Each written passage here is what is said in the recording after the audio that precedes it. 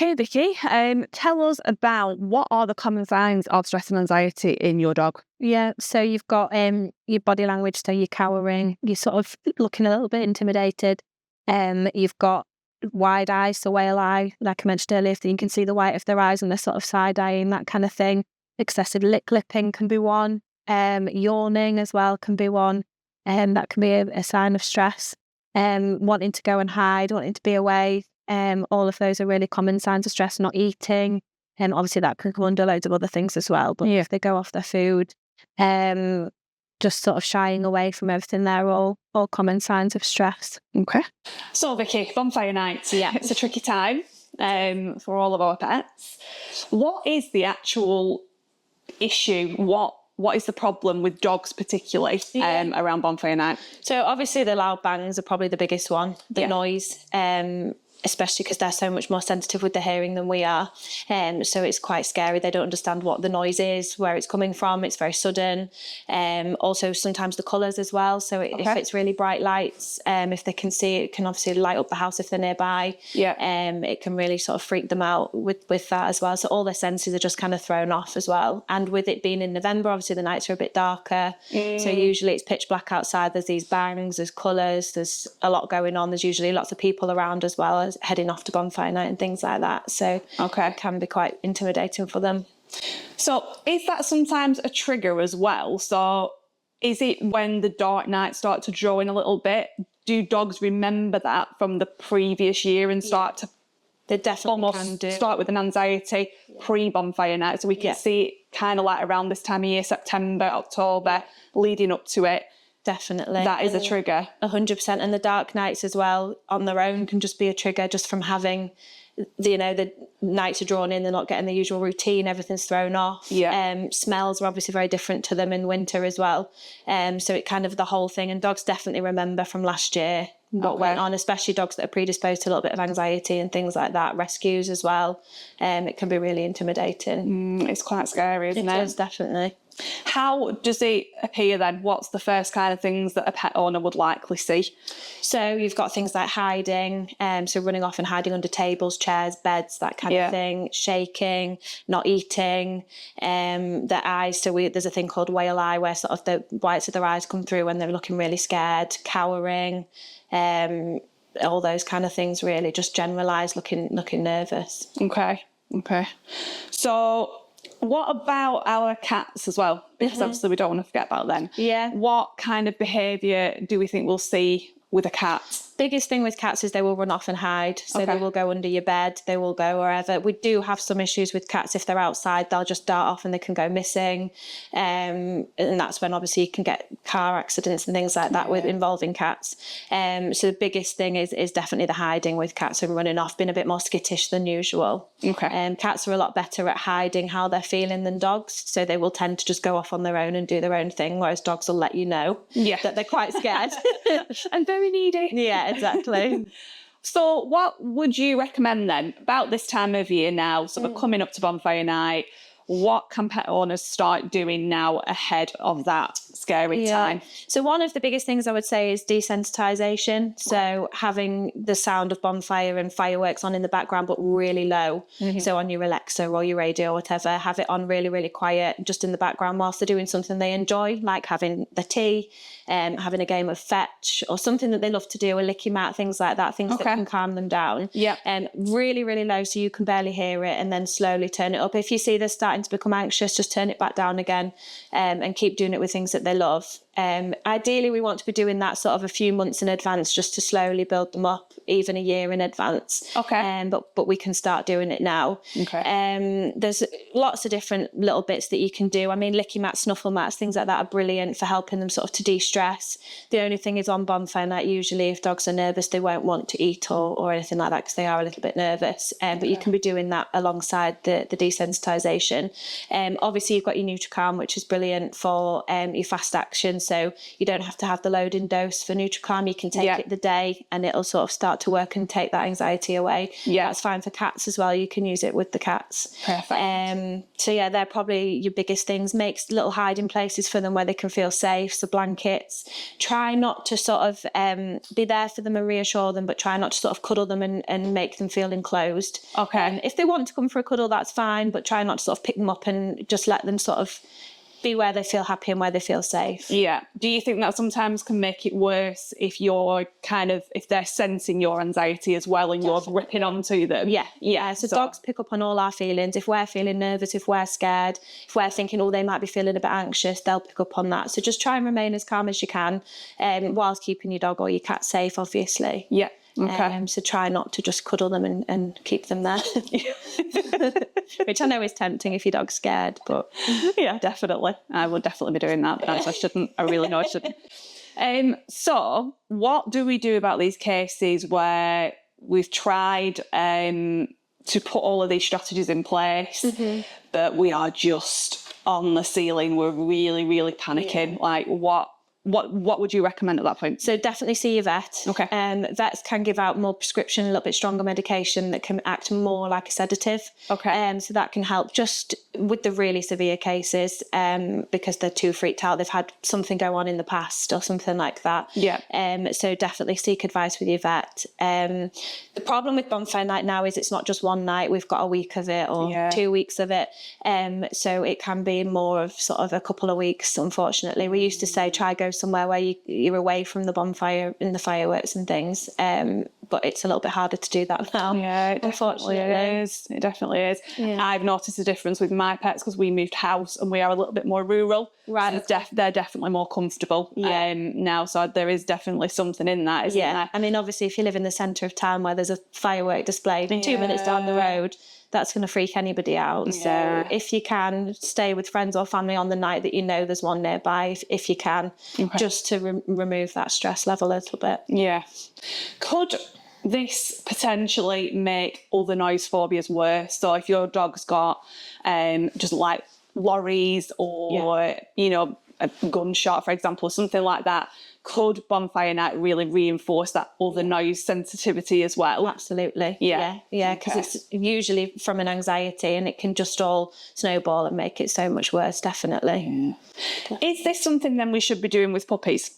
Should we be desensitising puppies? 100%. Yeah. Okay. So obviously your puppy socialisation from a young age is vital with everything you can, so try and get them exposed to literally whatever you can, but definitely start, like I said earlier, play the sound of fireworks in the background really quiet whilst they're having the tea, whilst you're doing your training.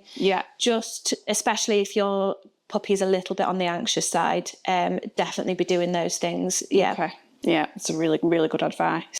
So there's been a lot recently of evidence, I suppose, now telling us that dogs' behaviour will change quite dramatically, really, when they are uncomfortable, and sometimes that is missed or misinterpreted, I think. So what kind of signs would we be looking for that might indicate that our dogs are in pain? So any sudden behaviour change, anything that you think, oh, that's suddenly changed, or we've suddenly become aggressive, or things like that, that would probably suggest that there might be some pain there. So anything that we think, that's really not like you, why have you done that, it usually can be down to pain. Okay. So sudden changes in behaviour. What about posture? Yeah, it's definitely posture, especially with arthritis and things like that. Okay. So any changes like that, any changes the way they move, anything like that can be pain related, definitely. Why is it important then that we act on that? Obviously, we don't want our dogs in pain. That's the biggest thing. And we don't want their behaviour to have a negative impact on them or us. So it's worth, obviously we don't want to be in pain, your dog doesn't want to be in pain, so it's worth getting checked, definitely. Absolutely. Okay. So that is it. Yeah, definitely. Yeah. Anything that you think, oh, this isn't quite right, they've done this, a lot of it can be sudden onset of aggression. So an owner will contact me and say, my dog's suddenly become aggressive out of nowhere, we don't know what's happened. I'd always say go to your vets first, because it could be something that they're masking pain, or they've got a bad back and you've touched them wrong and it's really hurt them. So it's definitely worth checking with the vet. How do we set off on the right foot with our new dog? So biggest thing if it's a puppy would be socialisation. So getting them exposed to absolutely everything in the environment. You can get checklists online of what I'm talking about. So it can be like push chairs, other dogs obviously, men with beards, men with hats, women with walking sticks, all those kind of things is the best thing, so that when they get older, they're not sort of surprised when they see things like that, because their key socialisation period is obviously up to 12 weeks. So we want to expose them to everything before the 12 weeks, ideally, when it's safe to do so, when they've had the vaccines and everything. Okay. Just so that when they get older, they're not scared of men with hats, for example. Okay. So that first period of their life is really important, that up to 12 weeks. Yeah. What is that the equivalent of in a human? What would they learn within that phase? Would it be like up to primary school? Yeah, probably around there, yeah. So it's a lot. They're learning, their brains are literally sponges, just taking everything in. Yeah. And that's where you can, on the other side, if they have a bad experience, that's where it can stick with them a little bit longer as well. Obviously, bad experiences can stick with them at any age, but if they're in that 12-week period and it happens, say, another dog pins them down or something, that can cause reactivity when they're a bit older, out of fear. So it's important to try and monitor and let them be exposed to other dogs, but make sure it's safe, and sort of monitoring body language and making sure that everybody's comfortable. There's no sort of any issues there, really. What kind of body language should somebody be looking out for if, for example, they're down the park with their new puppy and another dog approaches? What would you say that would make them happy to carry on with that experience or not happy with that experience? So we want them ideally, obviously, wagging the tail, the other dog nice and comfortable, ears sort of nice. If they're rigid and sort of frozen, that's telling us they're not quite comfortable. Some older dogs can be a little bit reactive towards puppies just because they're a little bit more bouncy, they're a little bit more in your face. So just be wary of that not all older dogs want a puppy in the face and jumping all over them and things. So just make sure that everybody's happy in that scenario. Like I say, we want them ideally wagging tails, having a little sniff, things like that. But if they become rigid, that's when we want to sort of, we'll go away. Obviously, any growling, anything like that, any snarling, showing teeth, we just move away. Okay. What about introducing them to children? So again, it's difficult with the younger children because they don't quite understand not to grab and things like that. If they're really young and they don't understand, obviously never leave them alone. Try not to sort of have baby sat right next to the dog. Even if you say you trust your dog, no one can trust a dog 100% around a baby or a newborn. So just be wary of that. As they get older and you can obviously communicate better with children, just make them aware that there's no grabbing.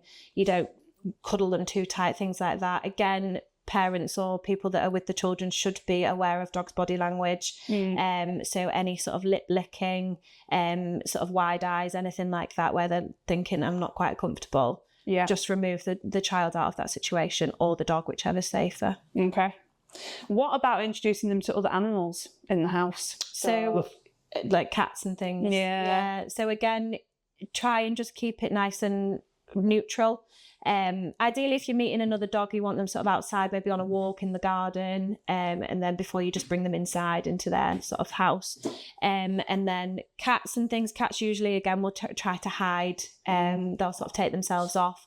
Just make sure that they both have their own space, so the cat's got somewhere they can go if they want time out. So the puppy's not, or the dog's not just in their space all the time.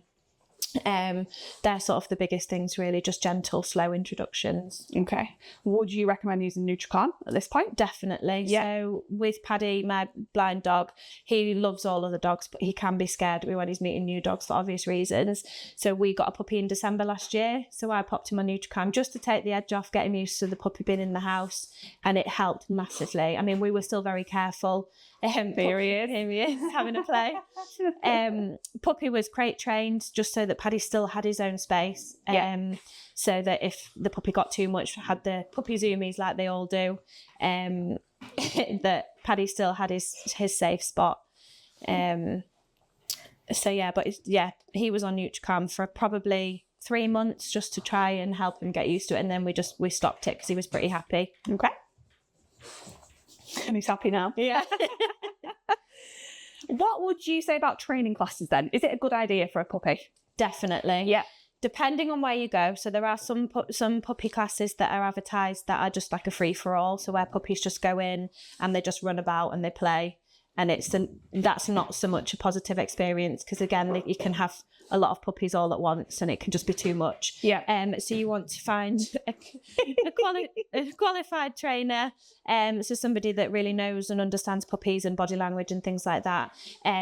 But they are amazing to be in a training environment with other puppies around. They're learning to be sort of neutral around other puppies as well. It doesn't have to be there's another dog over there, I need to go play. So just do your research of where you go, definitely. Okay. Again, another big subject, Vicky. Not everybody seems to realise that every dog is friendly and wants to play. So what would you say to general pet owners, general dog owners really, when they're out walking down the park? What's a responsible kind of way to behave? So this is my favourite topic. Okay. So I can't stand it when you're out on a walk and somebody lets their dog run up to your dog and goes, "Don't worry, he's friendly," even though yours is on a lead. They don't know why your dog's on a lead. They might be reactive, they might be scared. We don't know. I get it all the time with Paddy, with not having any eyes. People just let their dogs run up to him. 90% he's fine. But if they just appear and he doesn't know they're there, he can react. And then it sets me off. I get upset and I feel really guilty. So the biggest thing would just be, if you see a dog on the lead, pop your dog on a lead out of respect for the other owner, because you don't know, they could be recovering from surgery, it could be anything. And if they've got a reactive dog, your interaction with them, letting your dog run up to them, can set their issues off 10 times worse. So they could have done so much treatment, so much behaviour modification, and then your interaction has just undone all their hard work. It's really frustrating. It's really frustrating. I've seen it a lot. And if you don't have good enough recall on your dog, just keep them on a long line, or go somewhere where you know there's no other dogs around, like a secure park or something, for off-lead time. So let's say, worst case scenario, as a puppy, dog's been jumped on, has developed a fear now of other dogs, and becomes reactive. How can that owner start to work on helping that dog get back to some kind of normal? So slowly introduce them to being around other dogs again. So worst thing people can do is just go, "Oh yeah, we'll go say hello to this dog and you'll get over your fear." It will make it 10 times worse. So the best thing you can do is use something positive to change that negative association. So we know now that dogs learn through association. So if a dog's been, like you said, jumped on by another dog, that's then he's got a negative association with another dog. So we need to swap that round to being positive. So we can use something that motivates them, like treats or toys, something that they really love. And we take them somewhere where they've got a massive distance from another dog. As soon as they see it or it goes past, they get a treat for that. They get rewarded. It's just trying to help them learn that it's okay to be around other dogs again, but not just letting them run up to another dog and other dogs running up to them. We need to keep our distance to keep our puppy safe or dog safe. A real tricky one that I remember from being in practice myself is where we get to the point where a reactive dog is very aggressive. At that point, is it difficult to pull them back from that level of fear? Yes, I mean, it is difficult because reactivity is so broad. So you can get overexcited in reactivity, you can get so many different ways that a dog's reactive. It doesn't always mean they're aggressive. 99% of the times it is out of fear. So it's because the dog's scared, even though they might be snarling, trying to bite, things like that. They're not being aggressive, they're just scared and they're warning the other dog off, even though a lot of people go, "Oh, your dog's aggressive." It's not the case, they're just so scared. So sometimes, when they're really severe, which unfortunately every behaviourist has had to deal with that in the past at some point in their career, and that's when you would seek a vet's advice as well and just sort of figure out what's the best option for the dog. Big topic, Vicky. Probably one that you get a lot. Probably the most. So what is it? So separation anxiety is very difficult because it can be absolutely tiny or it can be a massive problem. So it's quite hard to sort of talk about because it's such a broad topic. But basically, it's, as it says on the tin, a dog not wanting to be on its own, basically, or a cat. So it is, if you leave them, even just to nip into a shop and they're outside with your friend, that can be when they start showing signs of separation anxiety. When you leave the house for 5 minutes to go to the shops or whatever, just them not liking being on their own, basically. Why does it start then? It can be numerous things. So it can be rescues. It can be dogs that just aren't used to being on their own. So from a very young age, they've just always been with people. Yeah. So we saw a lot of it in COVID when people were working from home or furloughed. They were with their dog 24/7. Yeah. Then they started going back to work, and the dog just wasn't used to it, didn't know what to do. So we really saw an increase then. Okay. It was really popular then. Not popular, but really common. So yeah, it can be in numerous things. It can be something negative that's happened to the dog that's just made them a little bit more dependent on their owner, an illness for the dog or the owner that's caused it. Oh, right, okay. So even an owner being ill could then potentially give that dog some separation anxiety. Yeah, because dogs pick up on everything we're feeling, and they're very susceptible to our sort of general health and well-being, really. And if they're with you when you're poorly, they can become quite even more attached. Wow, I didn't know that. Yeah. Okay. So there are different types. Yes. Yeah. What's the most common then, would you say? So it's just you've got very mild, very sort of severe. Yeah. I'd say somewhere in the middle is very common. We do see a lot more severe cases, unfortunately, where dogs just really can't cope with being left. I think most dogs display a little bit of separation anxiety at some point in their life. Like Paddy, my little dog, is fine to be left. I go to work, he's fine, but he won't eat when I'm out of the house. That's a very, very common sign of separation anxiety, but it's not sort of that severe. It's just one of those things. Yeah. Probably the first sign that dogs will show that they won't eat when their owners aren't at home, which is very, very common. Okay. And then you've got the more severe of the house getting destroyed, the dog's whining. What's the worst case that you've seen? Probably, yeah, house getting destroyed, dog just running round and round the house until he was absolutely exhausted, trying to chew through walls, things like that. Really awful, neighbours complaining. Yeah. I unfortunately lost one of my little dogs a few years ago, and she was really bonded to our other little dog, Daisy. Right. And I completely just didn't see it, that would happen because they were bonded, and she had really bad separation anxiety when we lost our other dog. Yeah. So I can completely understand how distressing that is. Yeah. And I felt really bad because I felt like I missed it initially, but It's awful. It's really it is terrible. But I think the quicker you act on it, the better chance you've got. Is that right? Definitely. Yeah. Definitely. And there is loads of stuff we can do as well. Loads and loads. Biggest tip would be if you get a new puppy, just leave it for a couple of minutes. Doesn't have to be for long. Then come back in the house and then go back out again for 5 minutes. Slowly build them up to being on their own. Yeah. Crates can be a really good use as well. If your dog's crate trained, it gives them a bedroom, a safe space. So make it really cozy, blankets, beds, cover it up if you want to. Put toys that are safe to be left in the crate with them. Okay. Just to make it their safe space. Try and have times when they're not with you as well, but you're still in the house. So if you're in the kitchen doing the washing up, have them in the living room. Just get them used to not always being with you, and that it's a positive thing when you're not there, not always a negative. Okay. Would you recommend using Nutravet Definitely. at that point as well? Yeah, so Nutravet can help. Again, just take the edge off it if they're feeling a bit anxious. For really severe cases, it might need more prescription medication, so something a little bit stronger. But for your sort of mid to low range, Nutravet is fabulous for it. I've got a lot of separation anxiety cases on Nutravet, and it's been really effective. So, Vicky, we are coming up to some pretty busy times of the year. We've got Halloween, we've got Monday night, we've already talked about that one, and we've got Christmas. Obviously, our animals are around at this time. It's going to be busy. There's going to be lots of people. What should we be doing to help that be a nicer experience for them? So mainly just make sure they've got that safe space like we discussed earlier. So somewhere that they can go where nobody's going to be there. Because obviously Christmas time especially, if they're not used to children running around, the house is busy, there's maybe new pets that they haven't met before coming into the house. Make sure they've got either a room that they can go to where they're safe, or if they're crate trained, again, pop them in the crate if they're comfortable with that. Ideally in another room so they're not sort of just sat in the middle of it with the crate with everything going on.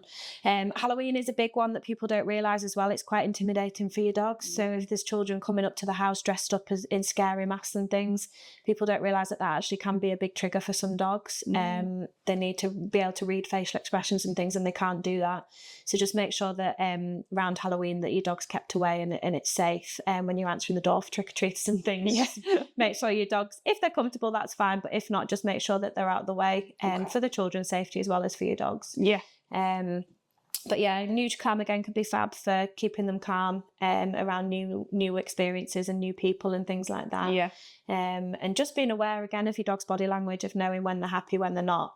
Try and keep their routine as much as you can, in that they're still going for the nice walks, they're still getting some nice you time as well. Yeah. Rather than them thinking, all these people have come in my house, I don't know where I'm supposed to be, what I'm supposed to be doing. Just be mindful of your dog. Okay. So that was interesting what you said about them not being able to read your facial expressions. Yeah. So dogs read our facial expressions as well, do and they? body language, Wow. tone of voice, everything. Okay. They're a lot more switched on than we give them credit for, I think.